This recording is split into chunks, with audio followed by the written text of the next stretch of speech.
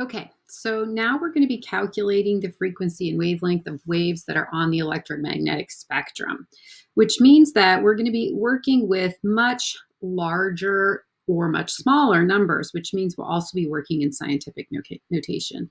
Also important to remember that in this case, velocity is a constant, which means it's always going to be the speed of light because it doesn't matter what type of electromagnetic radiation is, it's always traveling at the same rate, 300 million meters per second, or 3 times 10 to the 8 meters per second. Of course, that means that we're talking about light traveling through a vacuum, which is fine.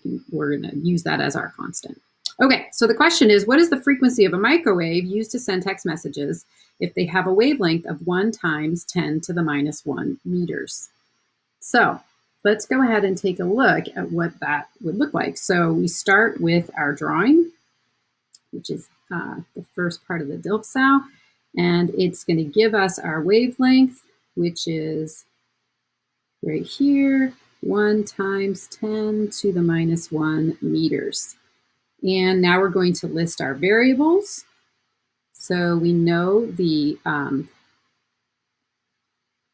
wavelength because that's a given. So we're going to write that out, 1 times 10 to the minus 1 meters.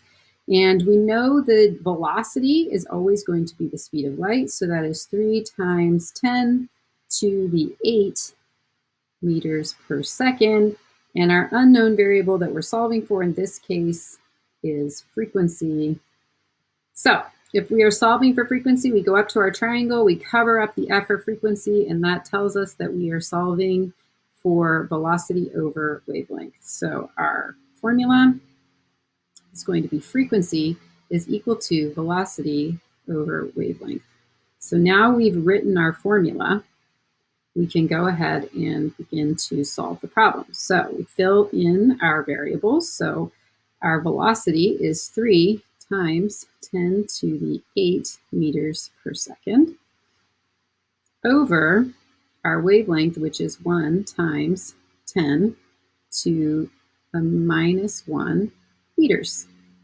All right, so we are working with scientific notation. So let's talk again about how we do that. So remember, the first thing we're going to do is we're going to divide normally the two numbers that are at the beginning of our scientific notation. So that's nice and easy in this case because 3 divided by 1 is just going to be 3. And then now we're going to take the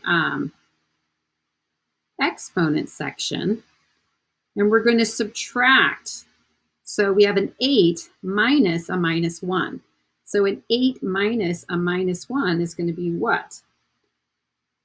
8 minus minus 1 means we're adding, so that's going to give us an exponent of 9. All right, so last thing we need to figure out then is our units. So remember, our S gets to come down on the bottom, and our meters are going to cross cancel, which is going to leave us with a per second on the bottom. And if you remember, a per second is equivalent to a hertz. So our answer is going to be 3 times 10 to the 9 hertz.